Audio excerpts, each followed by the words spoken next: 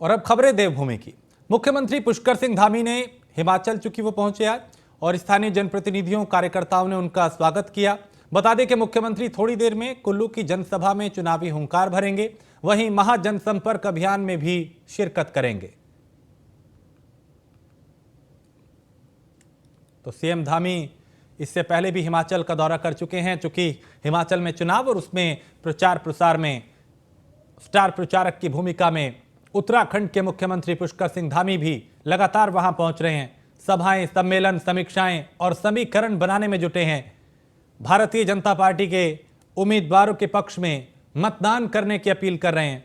और सीएम धामी की कुल्लू में चुनावी हुंकार है। यहां जब वो पहुंचे तो गर्मजोशी से उनका स्वागत किया गया। महाजनसंपर्क अभियान में भी वो शामिल होंगे और हिमाचल प्रदेश में वो हुंकार भरेंगे कि कैसे भारतीय जनता पार्टी की एक बार फिर से वापसी हो। सरकार की जो उपलब्धियां रही हैं उन्हें गिनवाया जाएगा। क्योंकि हिमाचल और उत्तराखंड की जो भौगोलिक स्थिति है वो काफ़ी मिलती जुलती है और कैसे बीजेपी सरकार ने, डबल इंजन की सरकार ने उत्तराखंड में काम किया और कैसे हिमाचल में काम हुआ, इसका जिक्र भी कहीं ना कहीं वो करते हुए नजर आते हैं। प्रधानमंत्री के नेतृत्व में कैसे देश बढ़ रहा है और कैसे डबल इंजन की सरकारें बेहतर तालमेल के साथ काम कर रही हैं, इस पर भी उनका जोर रहा है। सुदीप जैन हमारे विशेष संवाददाता इस पे ज्यादा जानकारी के साथ। सुदीप, एक बार फिर मुख्यमंत्री पुष्कर सिंह धामी हिमाचल दौरे पे हैं, क्या कुछ खास रहने वाला है? क्योंकि अब स्टार प्रचारकों की भूमिका में वो भी सबसे ऊपर दिखाई दे रहे हैं। जी बिल्कुल, देखिए मुख्यमंत्री पुष्कर सिंह धामी का आज महासंपर्क अभियान है और आज हिमाचल में ही राष्ट्रीय अध्यक्ष जेपी नड्डा भी हैं, तो मुख्यमंत्री का दौरा इसलिए भी महत्वपूर्ण है। दूसरी महत्वपूर्ण बात ये भी है कि उत्तराखंड से हिमाचल सटा हुआ है, सीमा एक है और खान पान, पारंपरिक वेशभूषा, रीति रिवाज और काफी हद तक रिश्तेदारियां भी लोगों की एक दूसरे प्रदेश में है। लिहाजा एक लोगों का जुड़ाव भी है उत्तराखंड का हिमाचल से।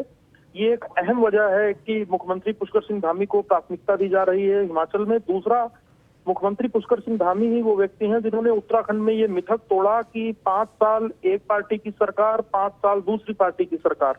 उन्हीं के नेतृत्व में भारतीय जनता पार्टी की प्रचंड बहुमत की सरकार बनी और उन्होंने इतिहास लिखा है।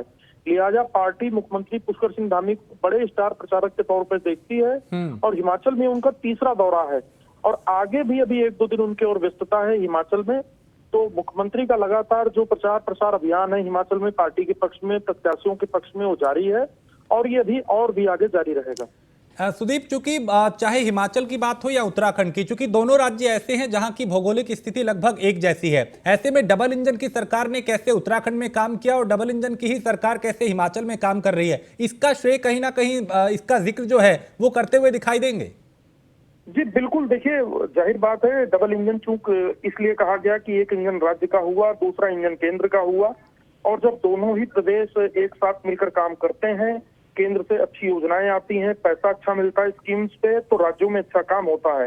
एक यही पॉजिटिव मैसेज देने के लिए भी मुख्यमंत्री पुष्कर सिंह धामी वहां पर हैं। मुख्यमंत्री को महज 7 माह का इस समय मिला था। चुनाव जैसी बड़ी चुनौती उनके सामने थी और 47 सीटें वो लेकर आए, तो ये अपने आप में एक मिरेकल है कि सरकार तो बनी ही, प्रचंड बहुमत की सरकार है। लिहाजा वो एक बहुत सफल मुख्यमंत्री के तौर पर देखे जा रहे हैं और बीते दिनों यूकेएसएससी पेपर लीक से लेके राज्य सरकार ने माफियाओं के खिलाफ कार्रवाई, बड़ी योजनाओं में जो धन भारत सरकार से आया, एचएमटी की जमीन हल्द्वानी से राज्य सरकार को मिली, 4 धाम यात्रा में 42 लाख से अधिक आंकड़ा पहुंच चुका है, तो ये मुख्यमंत्री की सफलता के तौर पर देखा जाता है। लिहाजा पार्टी भी इसे इनकैश कर रही है वोट के रूप में, लोगों को अपने साथ जोड़ने के रूप में, और हिमाचल से प्रधानमंत्री नरेंद्र मोदी का भी विशेष लगाव है। लिहाजा मुख्यमंत्री पुष्कर सिंह धामी भी पूरी शक्ति के साथ हिमाचल में पार्टी को और बड़ी लीड और बड़े अंतर से जिताने के लिए मेहनत कर रहे हैं। ठीक, सुदीप आप मेरे साथ बने रहिए, कुछ और खबरों पे भी आपसे जानकारी लेंगे। फिलहाल शुक्रिया। तो हिमाचल प्रदेश के दौरे पे हैं मुख्यमंत्री पुष्कर सिंह धामी और वहां पे लगातार उनकी सभाएं हैं, सम्मेलन हैं, समीक्षाएं वो कर रहे हैं और समीकरण बना रहे हैं कि कैसे भारतीय जनता पार्टी की सरकार एक बार फिर से वहां पर भी रिपीट हो। उत्तराखंड की राजधानी देहरादून समेत उत्तरकाशी, टिहरी, चमोली, रुद्रप्रयाग में भूकंप के तेज झटके महसूस किए गए। लोग घरों से बाहर निकल आए। बता दें कि उत्तरकाशी के डीएम अभिषेक ने यह बताया कि वर्तमान तक कहीं से जान माल की सूचना प्राप्त नहीं हुई है। सभी तहसीलों से सूचना ली जा रही है। फिलहाल जान माल के नुकसान की कोई खबर नहीं, ये राहत की बात है। भूकंप के झटके महसूस किए गए और रिएक्टर स्केल पर इसका जो पैमाना है वो 4.7 मापा गया। तो आज उत्तराखंड के कई जिलों में भूकंप के झटके महसूस किए गए।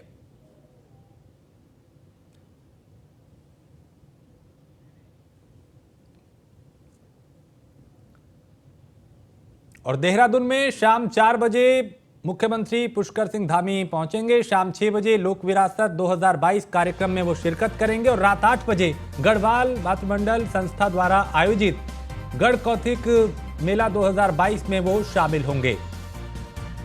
तो मुख्यमंत्री पुष्कर सिंह धामी के आज कई कार्यक्रम शाम को जिसमें वो शिरकत करेंगे और इस पे ज्यादा जानकारी के साथ सुदीप हमारे साथ लगातार बने हुए हैं। सुदीप, आज शाम क्या कुछ खास रहने वाला? मुख्यमंत्री क्योंकि कई कार्यक्रमों में यहाँ पे शिरकत करेंगे, इसके अलावा कौथिक मेला जो है उसमें भी शिरकत करेंगे।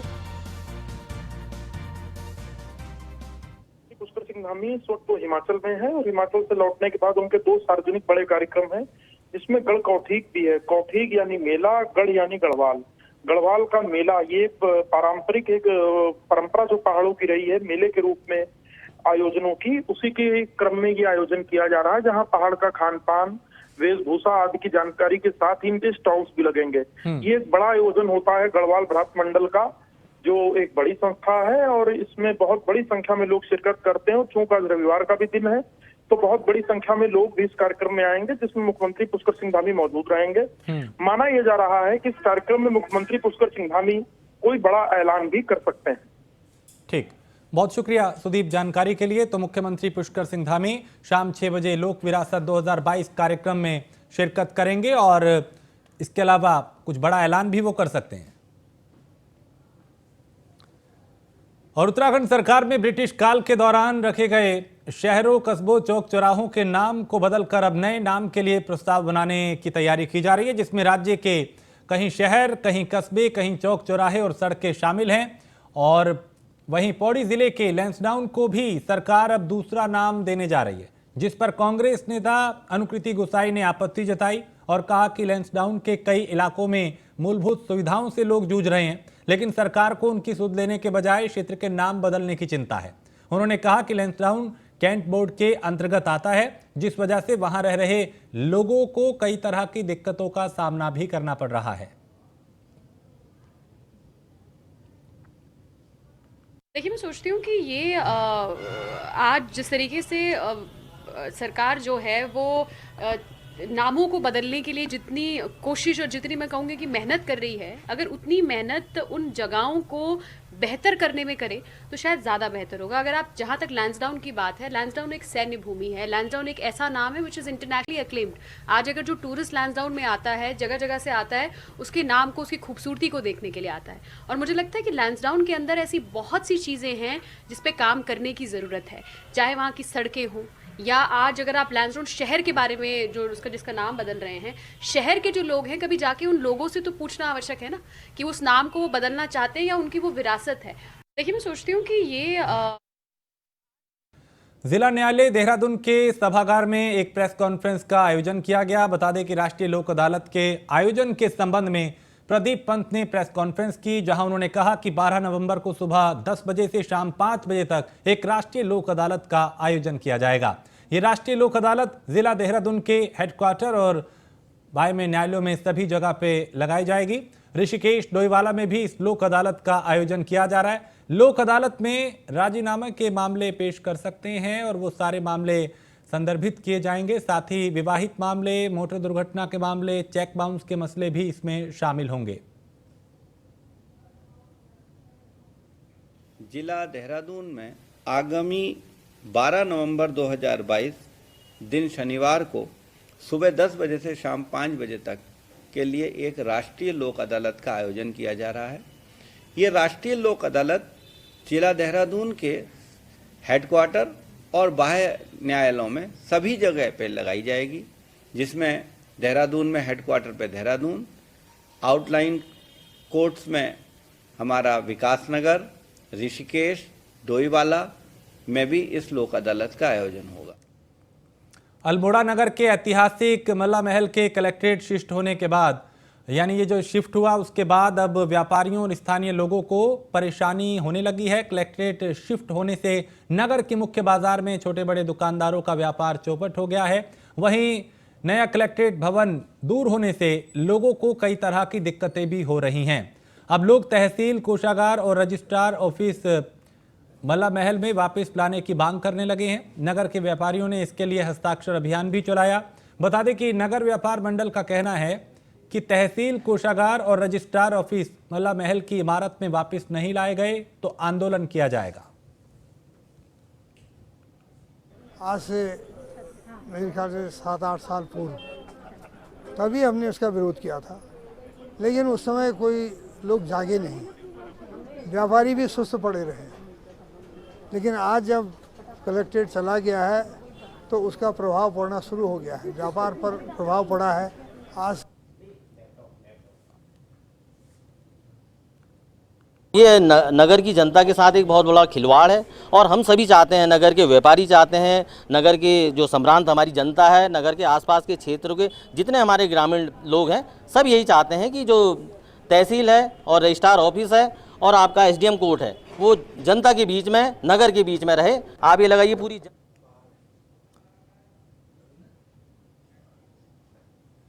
तो व्यापारियों और स्थानीय लोगों को काफ़ी दिक्कतें यहाँ पे हो रही हैं और वापस यहाँ पे शिफ्ट करने की मांग की जा रही है।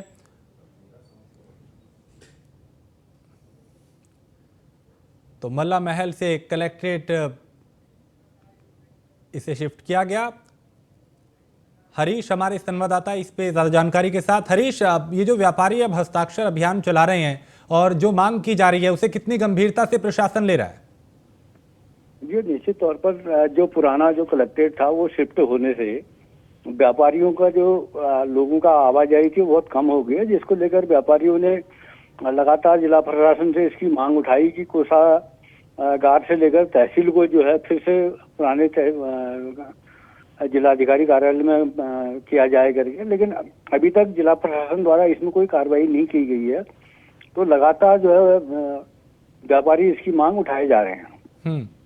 अब कहीं कोई सुनवाई हुई? चूंकि आगे ये कह रहे हैं कि हम आंदोलन करेंगे अगर ऐसा नहीं हुआ, और किस तरह की परेशानियां, दिक्कतें यहाँ पे लोगों को, व्यापारियों को हो रही हैं?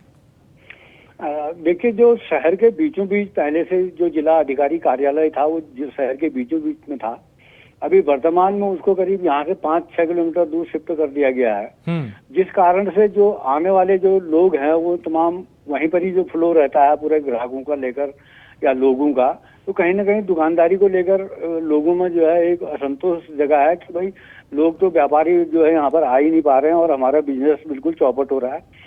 और दूसरा, लोगों में बड़ा इससे बड़ा असंतोष ये है कि लोगों को वहाँ जाने में बड़ी मुसीबत है, 5 किलोमीटर दूर, तो आवाजाही के लिए लोगों को बड़ी परेशानी हो रही है और शहर से बहुत दूर उसको बना दिया गया है। ये मुख्य कारण यहाँ पर बताए जा रहे हैं। बहुत शुक्रिया हरीश जानकारी के लिए।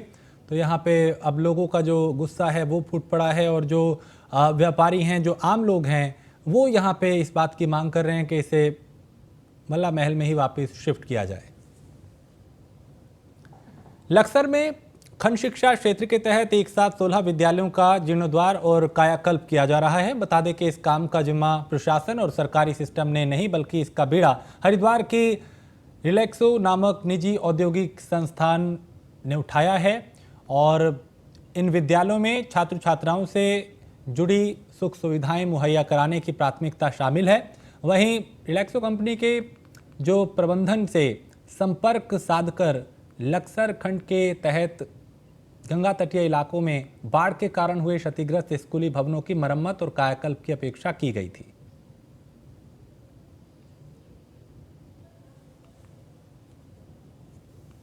कंपनी है जिसने भी पिछले दिनों खानपुर में भी कुछ विद्यालयों का जीर्णोद्धार किया है। बहुत अच्छा काम उन्होंने किया है। तो हमने उनसे संपर्क साधा और हमने भी कहा भाई हमारे लक्सर में भी जो इधर का क्षेत्र नीचे का गंगा किनारे का, विशेषकर जहाँ बाढ़ आती है, खादर का क्षेत्र, वहाँ भी बिल्डिंग ज़्यादा जल्दी ख़राब हो जाती हैं। तो हमने उनसे रिक्वेस्ट की तो उन्होंने मान ली वो रिक्वेस्ट। 16 विद्यालय उन्होंने हमारे, जिसमें प्राइमरी भी हैं और कुछ जूनियर भी हैं, तो 16 विद्यालयों का प्रथम चरण में उन्होंने चयन। और लक्सर खंड शिक्षा क्षेत्र के सैदाबाद नामक गांव में एक विद्यालय में नाबालिग छात्रों से झाड़ू लगवाए जाने का मामला सामने आया है, जिसका वीडियो वायरल हो रहा है। अध्यापक पर लेट लतीफी का भी सवाल उठ रहा है, आरोप लग रहा है और वीडियो के सामने आते ही प्रभार संभाल रहे शिक्षा अधिकारी भी कार्रवाई की बात कर रहे हैं।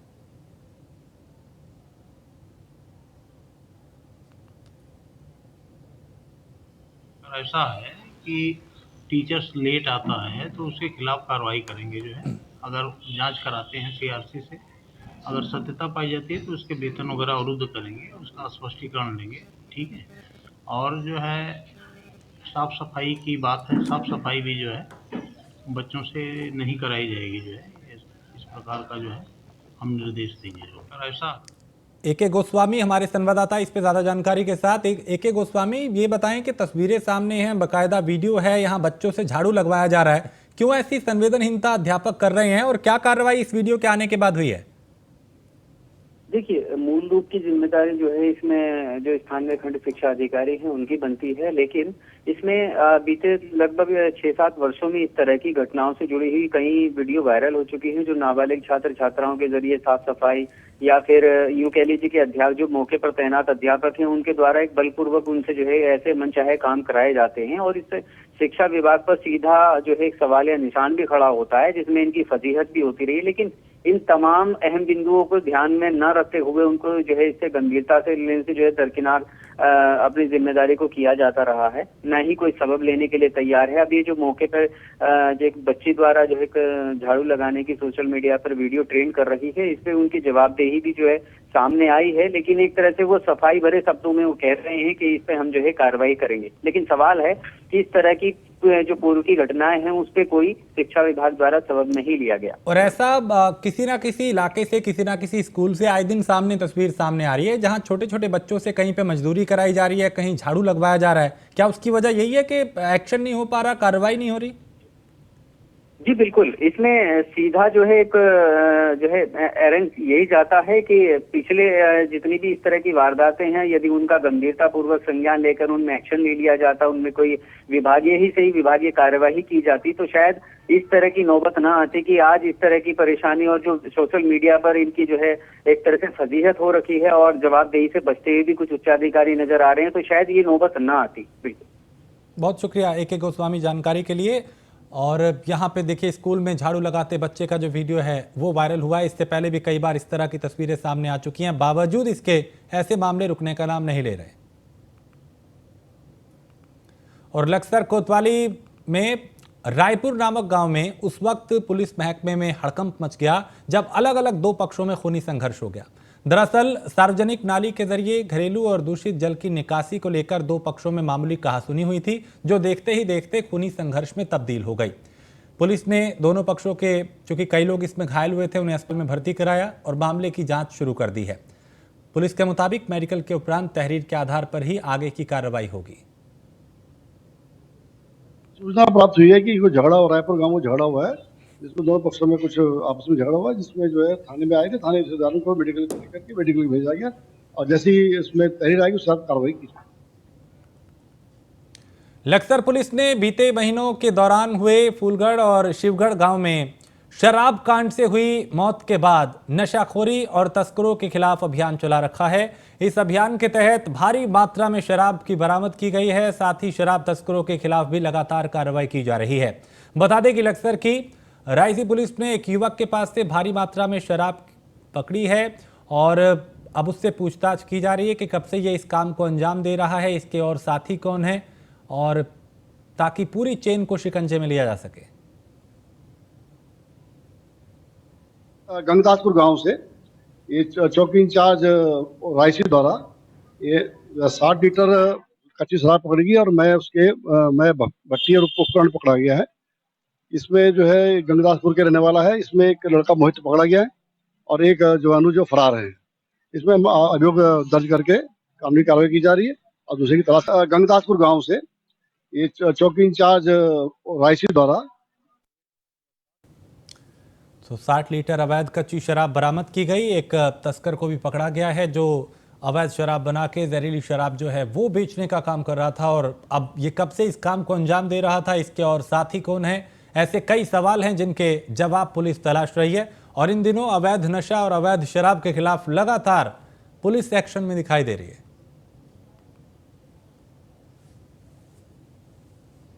और एक युवक को पुलिस ने गिरफ्तार किया है।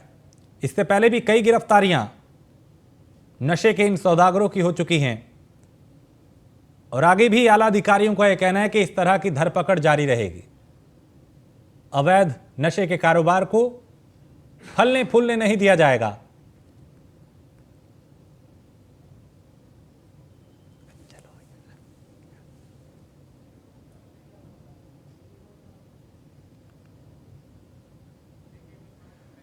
और ए.के. गोस्वामी ज्यादा जानकारी के साथ हमारे साथ।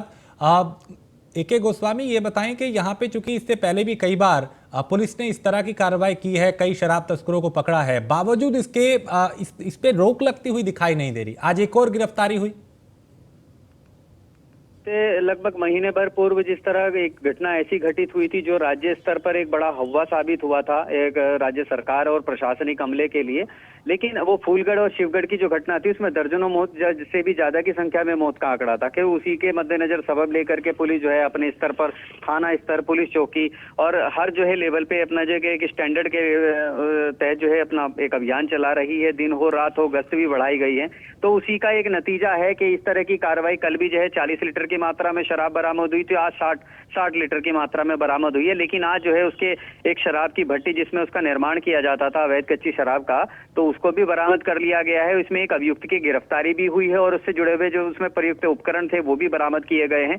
तो लगातार ड्रोन की चाहे तकनीक हो या के अन्य जो अपना खुफिया तंत्र हो, इनको मजबूत करते हुए पुलिस महकमा कच्ची शराब के खिलाफ कार्रवाई करने में जो है एक अहम भूमिका निभा रहा है और गिरफ्तारियां हो या बरामदगी हो, इसका एक स्वरूप सामने देखने को मिल रहा है। बहुत शुक्रिया ए.के. गोस्वामी जानकारी के लिए। तो पुलिस प्रशासन भी अब पूरी तरह से एक्टिव है अवैध नशे पे लगाम लगाने के लिए। लालकुआ में 6 दिन से लगातार चलने वाली प्रभात फेरी का गुरुवार को यहाँ पे चूंकि जो गुरुद्वारे हैं और वहाँ पे समापन हो गया, जिसमें क्षेत्र की जनता के साथ सिख समुदाय के लोग भी भारी तादाद में शामिल रहे और गुरु कीर्तन भजन के साथ पूरे शहर में घूमते नजर आए। बता दें कि सुबह 4 बजे से लेकर 7 बजे तक इस प्रभात फेरी का आयोजन किया गया, जिसमें सैकड़ों की संख्या में श्रद्धालु पहुंचे। गुरुद्वारा साहब से चली थी जो पूरे नगर में घूमते हुए 6:30 बजे वापस आई। उसके बाद में कीर्तन हुआ, अरदास हुई। अब चाय का लंगर चल रहा है और सारी संगत जो है चाय का लंगर छक के जाएगी। जी के वचन है कि नाम जपो, कीर्त करो और वंड छको, यानी गुरु को, भगवान को याद करो और उनका नाम लो और जो भी आप अपनी कमाई करते हो वो मिल बांट के खाओ। उसी को याद करते हुए 5 प्रभात फेरियां गुरुद्वारे में आज समापन हो चुका है और आज लंगर भरता है। आने वाली 8 तारीख को श्री गुरु नानक देव जी का जो जन्मोत्सव है वो गुरुद्वारे में मनाया जाएगा। देव जी के वचन है कि नाम जपो। उत्तराखंड में महिलाओं को 30% शैक्षिक आरक्षण को लेकर उत्तराखंड सरकार ने सुप्रीम कोर्ट का दरवाजा खटखटाया था, जिसमें उत्तराखंड सरकार को राहत मिली और उत्तराखंड की महिलाओं को आरक्षण की सुविधा यथायथ रहेगी, जिसको लेकर उत्तराखंड के मुख्यमंत्री पुष्कर सिंह धामी ने कोर्ट का आभार व्यक्त किया। साथ ही कहा कि उत्तराखंड महिला शक्ति प्रदान राज्य है और निश्चित रूप से सुप्रीम कोर्ट के आदेश से उत्तराखंड की समस्त महिलाओं को इसका लाभ मिलेगा और वो भविष्य में होने वाले सभी परीक्षाओं में सम्मिलित हो पाएंगे। ये हमारा राज्य मातृशक्ति प्रधान राज्य है और मातृशक्ति का बहुत बड़ा योगदान है। माननीय न्यायालय से जब हमको इसमें रोक लगी थी, हम सुप्रीम कोर्ट में गए और अंततः हमको सफलता मिली है।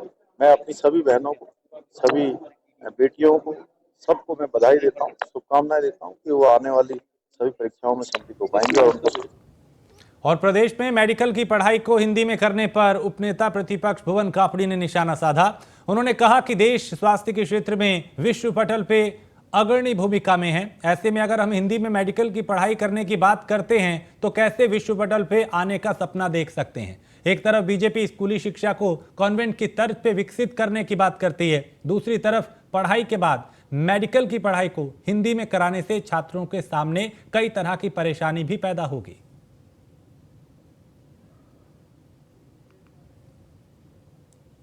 स्वास्थ्य के मामले में दुनिया के अग्रणी देशों में सम्मिलित है और लगातार हमारे यहाँ स्वास्थ्य सुविधाएं बढ़ रही हैं। लेकिन क्या ये सोचने वाला विषय नहीं है कि जहाँ स्वास्थ्य की सारी किताबें अंग्रेजी में जो है लिखी जा रही हैं, अगर दुनिया की दौड़ में शामिल होना है तो हमें अंग्रेजी को भी पकड़ना पड़ेगा। सस्ती लोकप्रियता पाएं, ऐसे फैसले नहीं होने चाहिए। फैसले 21वीं सदी के हिसाब से होने चाहिए। आज सारे स्कूलों को, हमारी सरकारें सारे प्राइमरी स्कूलों को अंग्रेजी मीडियम कर रही है और अंग्रेजी को बढ़ावा दे रही है प्राइमरी से, और मेडिकल की शिक्षा को कह रहे हैं हम हिंदी में पढ़ाएंगे। तो भारतीय जनता पार्टी का ये दोहरा चरित्र है। हमने हिंदुस्तान को विश्व की रेस में शामिल करना है, उससे बाहर नहीं। और इसी के साथ इस बुलेटिन में फिलहाल इतना ही। देश प्रदेश की बाकी खबरों के लिए आप देखते रहिए न्यूज़ 1 इंडिया।